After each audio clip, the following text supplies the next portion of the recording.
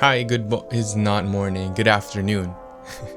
Today, I'm going to be talking about my main camera setup at this moment as an unemployed content creator. Your boy is just out here doing whatever he can to stay afloat and while traveling at the same time. I'm sort of in like a rest period at the moment, which I am very, very grateful for, but it's about to change very, very soon. So I'm trying to be more present and make the best use of the time that I have here at my home. Every day is a new day, and every day is one that I can be thankful for. Anyways, I'm not gonna be too ooey gooey and sentimental and stuff. This is the camera that I've been using for most of my recent videos, and I absolutely love it.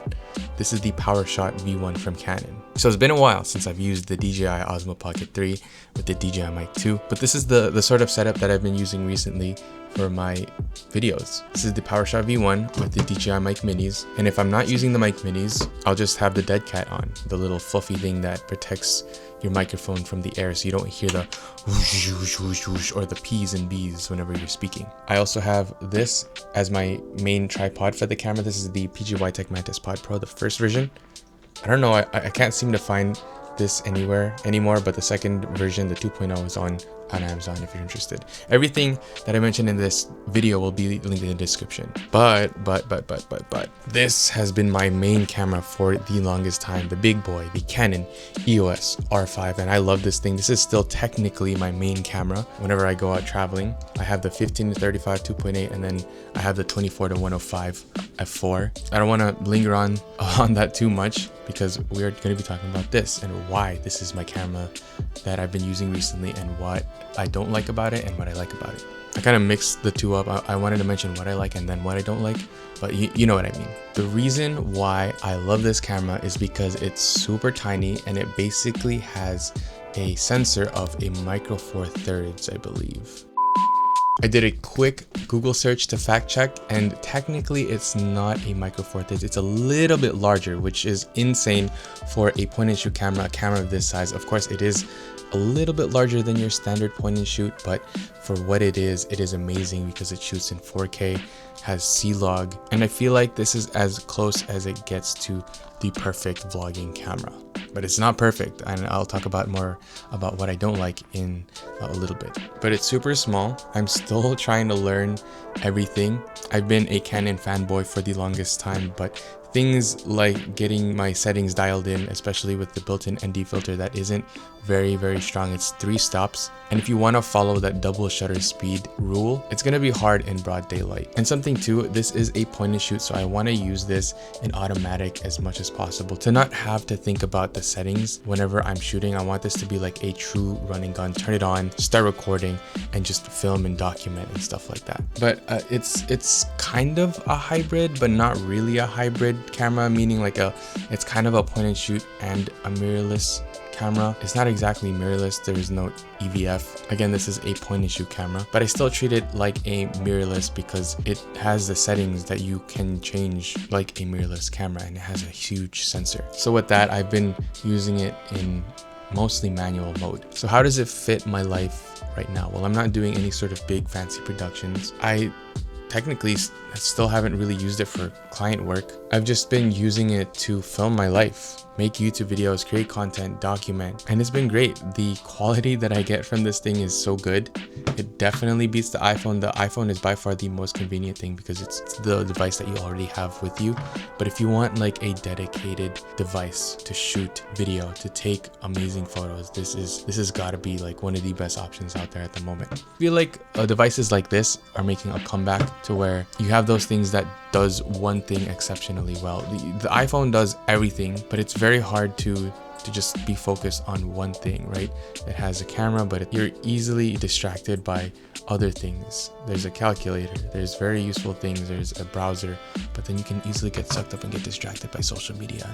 And I know there are ways to like combat that and everything, but sometimes having a dedicated device to do one particular thing is really, really awesome. I'm gonna do the pros and cons at one time in one section. So I really like how tiny it is for the video quality that you get. The sensor is huge, you get C-Log. Audio quality is pretty good for the onboard mic, which is awesome. It's something that I've always asked for in a vlogging camera. And this little switch that you can use to switch in between photo and video is just amazing. Things that I don't like, I guess this is more of like a rapid fire thing.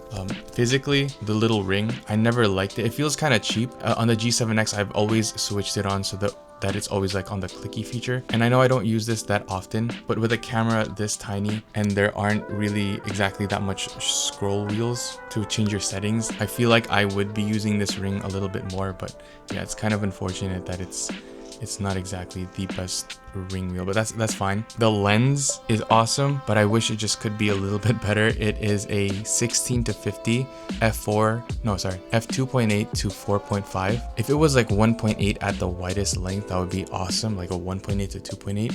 But I guess it would be kind of difficult. I don't know how these cameras are manufactured. I don't know if there were limitations in doing that, if you had to sacrifice the size a little bit more. That's something that I wish I could change. I haven't really had a good experience with automatic mode just yet. I still have to use it a little bit more, but so far I don't really like it. Maybe I'm just too used to, you know, the smartphone cameras, the Osmo Pocket 3's autofocus. So again, like I feel like this thing sort of behaves like a mirrorless camera where the automatic mode is kind of lacking or behind even. But to wrap it up, I guess I could show you my setup, what I like to do.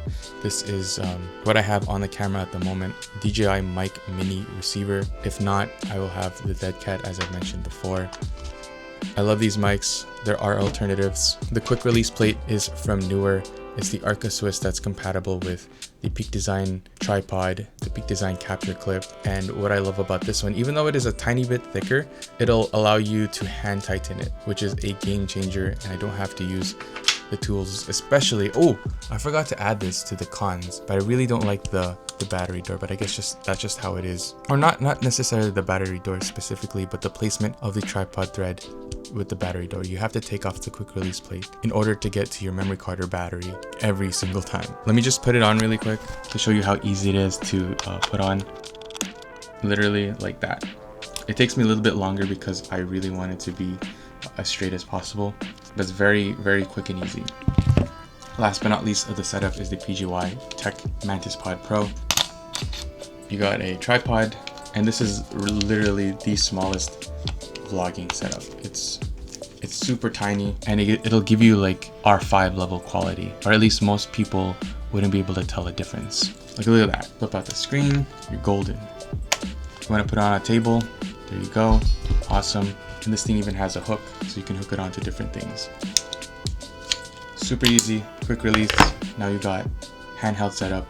So that is pretty much it. I really hope you enjoyed. I've been kind of stuck on content, even though I'm trying to create every single day. I'm almost caught up, by the way. Once I do catch up on the amount of videos that I'm supposed to be uploading, I will make a video saying I caught up. But that's pretty much it for this video. Links to everything will be linked in the description.